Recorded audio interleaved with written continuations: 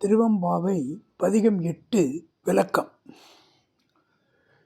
கோழி சிலம்ப சிலம்பும் குறுகெங்கும் ஏழில் இயம்ப இயம்பும் வெண் சங்கெங்கும் கேழில் பரஞ்சோதி கேழில் பரங்கருணை கேழில் விழுப்பொருள்கள் பாடினோம் கேட்டிலையோ வாழியதென்ன உறக்கமோ வாய்த்திரவாய் ஆழியான் அன்புடைமை ஆமாறும் யூவாரோ ஊழி முதல்வனாய் நின்ற ஒருவனை ஏழை பங்காளனையே பாடேலோர் எம்பாவாய்.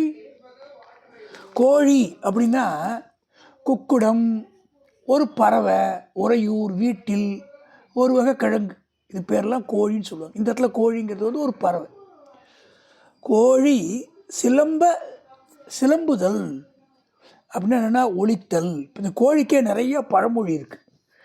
கோழி அடிக்கிறதுக்கு குறுந்தடி ஏன்? கோழி கருப்பு என்றால் அதன் முட்டையுமா கருப்பு? கோழி கூவி பொழுது விடியுதா?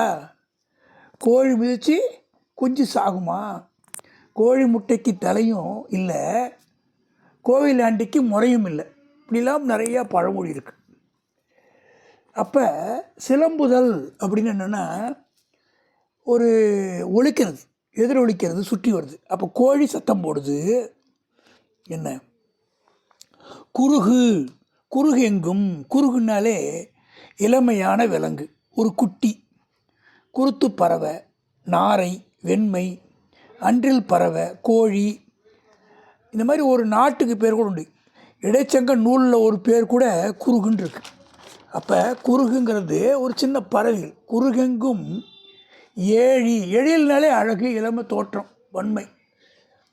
இயம்பல், இயம்புதல்னால் சொல்கிறது. பழமொழிக்கு கூட இயம்பல்னு சொல்லுவாங்க. இயம்பியற்கான் சத்தம் போடுது. வெண்மைனா வெண்ணிறம், ஒளி, தூய்மை, இளமை, இப்படிலாம் சொல்லுவாங்க. அறிவில்லாதது கூட வெண்மைன்னு சொல்லுவாங்க. அவன் சுத்தமாக அறிவில்லைங்கிறத வெண்மையாக இருக்கான்னுவாங்க. சூதுவாது இல்லாமல் இருக்கான்னு சொல்லுவாங்க. வெண்மை எனப்படுவது யாதெனின் உண்மை உடையாம் என்னும் செருக்கு. ஒருத்தனுக்கு அறிவில்லைங்கிறது எப்போ தெரிஞ்சுக்கலான்னா, அவனுக்கு தானாகவே அறிவாளி நினச்சிக்கிட்டான்னா, அறிவில்லாதவன் தன்னை அறிவாளி நினச்சானா அது மாதிரி பெரிய முட்டாள்தனம் எதுவுமே இல்லை.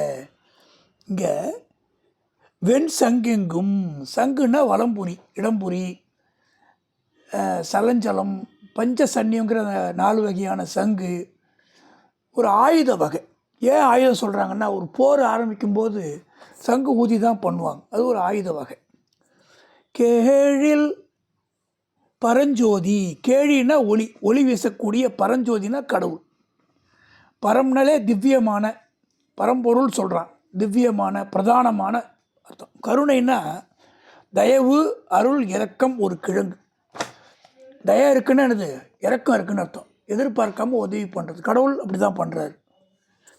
என்ன கேழு விழுப்பொருள்கள் பாடினோம் கேட்டிலையோ. கேழு இப்போ இலக்கு. வாழ்கன்னா வாழின்னு சொன்ன என்ன அர்த்தம்? வாழ்கன்னு அர்த்தம். வாழிய செந்தமிழ் வாழிய நற்றமிழ் அப்படி சொல்லுவாங்க. அப்புறம் ஆழி எங்கே வருது? ஆழியான் அன்புடைமை. ஆழின்னா ஒரு கடல், கட்டளை, வட்டம். இப்போ கடலில் இருக்கக்கூடிய ஆழியானை கடல் கூட. அன்புடைமை ஆமாறும் இவ்வாறோ. ஆமாறுதல்னா வழி. ஒரு இடத்துக்கு போகிறதுக்கு வழி பேர் ஆமாறுதல்னு சொல்லுவாங்க. அரங்கம் தீப்பிடித்தால் மக்கள் ஆமாறு வழியாக அடித்து பிடித்து ஓடினார் அப்படின்னு சொல்லுவாங்க. ஊழினா பிரளய கால உலகம். ஊழிர் பெருவழியாவுல மற்றொன்று சூழினும் தான் முந்துரும். விதியை ஜெயிக்கலாம்னு நினச்சா அந்த விதி இன்னொரு ரூட்டில் வந்து சேருதான் அப்படி சொல்லுவாங்க. ஊழி பெயரினும் தான் பெயரார் சான்றாமைக்கு ஆழி எனப்படுவார். சான்றாமையில் இருக்கக்கூடிய நேர்மையான மனிதர்கள் கடலுக்கு நிகராக இருக்காங்க.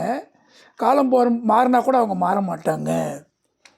ஏழை பங்காளனையே பாடேலோர் எம்பாவை. பங்காளன்னா பங்காளி, தந்தையோட சகோதரர், பையன், சொத்துக்குரியவர், நமக்கு செய்ய வேண்டிய பங்கை செய்ய வேண்டியவர். அப்போ கடவுள் நமக்கு செய்ய வேண்டியதை கட்டாயம் செய்கிறார். அவரை புகழ்ந்து பாடுவோம்.